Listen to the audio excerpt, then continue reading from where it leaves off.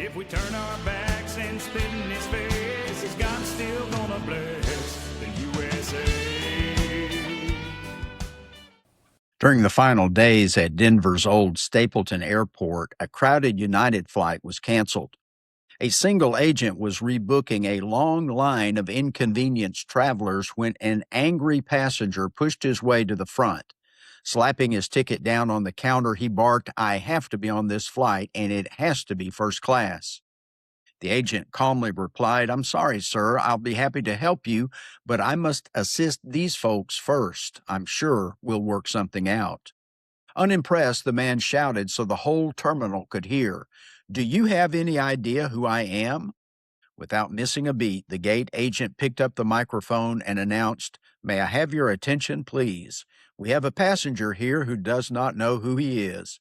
If anyone can help him find his identity, please come to gate 17." The crowd erupted in laughter. The flight was canceled, but the mood was restored.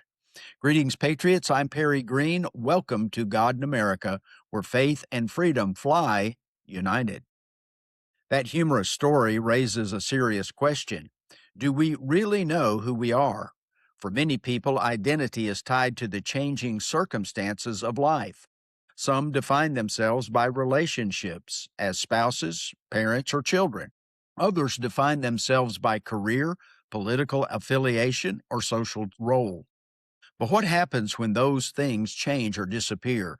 When the title, the relationship, or the platform is gone, who are we then? After 45 years in church ministry, I experienced that question firsthand. When I stepped away from the pulpit, someone said I'd retired.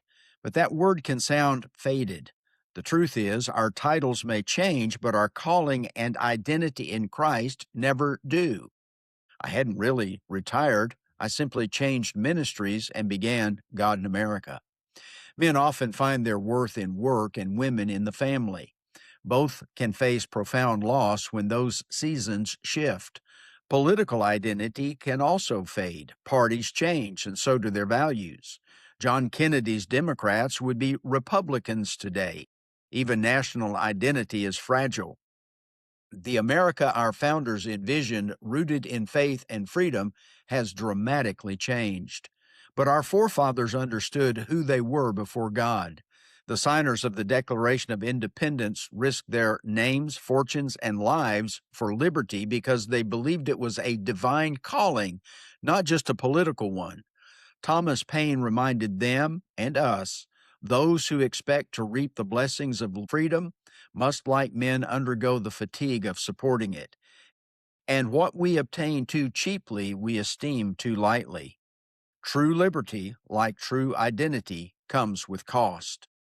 In a world of shifting values, we can root our identity in the one who never changes.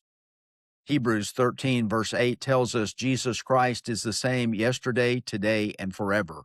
Paul wrote this in Romans 8, verses 14 through 17. For as many as are led by the Spirit of God, these are the sons of God. For you did not receive the spirit of bondage again to fear, but you received the spirit of adoption by whom we cry out, Abba, Father. The Spirit Himself bears witness with our spirit that we are children of God, and if children, then heirs, heirs of God and joint heirs with Christ. That means we don't have to find ourselves in the world. We find ourselves in Him. When you're God's child, your worth is not determined by what you do, who you know, or what you own, but by whose you are. To be a child of the King is everything. Our founders risked all they had because they knew freedom was a gift from God. They understood that the only way to preserve liberty was through faith and virtue and by sincerely belonging to the Lord. Today, we live in a time of confusion and chaos. People are redefining everything from truth and identity to motives and even to morality. But God still defines His children clearly and eternally. We don't have to chase an identity that fades. We can stand firmly as sons and daughters of the King, heirs to His promise, and stewards of His truth. Patriots, we need God in America again, not just for political renewal, but for personal revival, so we remember who we truly are. Well, thank you for being with us today. Until next time, let's keep the light of a godly identity burning.